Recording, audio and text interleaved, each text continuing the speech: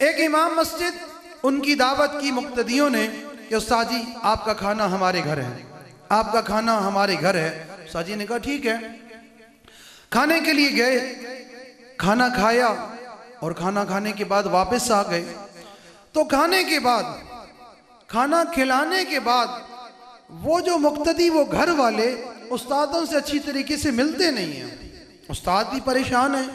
अजीब बात है, उस्ताद सलाम कर रहे, वो जवाब नहीं दे रहे, अच्छे तरीके से मिल रहे नहीं हैं।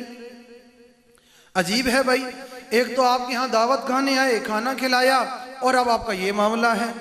खैर कुछ दिन के बाद, कुछ अरसे के बाद दोबारा वो लोग आए, उस्ताद जी आप हमारे यहाँ खाना खाएं।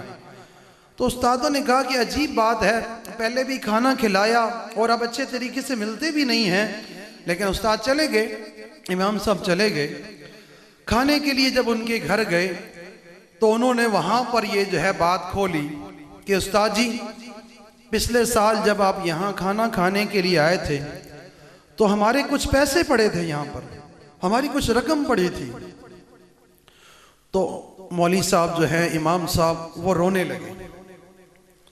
अब घर वालों के जहन में ये बात आई कि मौलाना साहब ने वो पैसे उठा लिए हैं, इस्तेमाल हो गए हैं, इस वजह से अब वो रो रहे हैं कि अब वापस करने हैं। तो वो मुक्तदी कह रहे हैं उस्ताद जी कोई बात नहीं, चलो हो जाता है। मौलाना साहब ने कहा, इमाम साहब ने, ये जो कुरान शरीफ पढ़ा है इसे उठाओ, ऊपर जो कुरान शरीफ पढ़ा है ना इसे उठाओ। जब कुरान शरीफ खोला तो वो पैसे उसमें पड़े हुए थे। मौलाना साहब ने कहा ये पैसे उड़ रहे थे और कोई जगह नहीं थी सामने, मैं इन पैसों को रख देता। मैंने सोचा कि आप तिलावत करेंगे फजर के बाद, जोहर के बाद, असर के बाद, मगरिब के बाद, इशा के बाद, गर्ज जो भी मामूल है आपका, आप तिलावत करेंगे, तिलावत करते ही आपको ये रकम मिल जाएगी। मैं रो इस बात पर रहा हूँ, इतना अरसा गुजर गया, इतना अरसा गुजर गया, आप अच्छे तरीके से मिल नहीं रहे। वजह क्या है? आप कह रहे हैं कि ये पैसे उस्ताद ले गए हैं, जबकि ये पैसे मैंने कुरान शरीफ के अंदर रख दिए थे।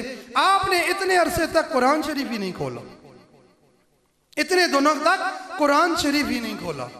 लिहाजा तिलावत करेंगे इंशाल्लाह सारे।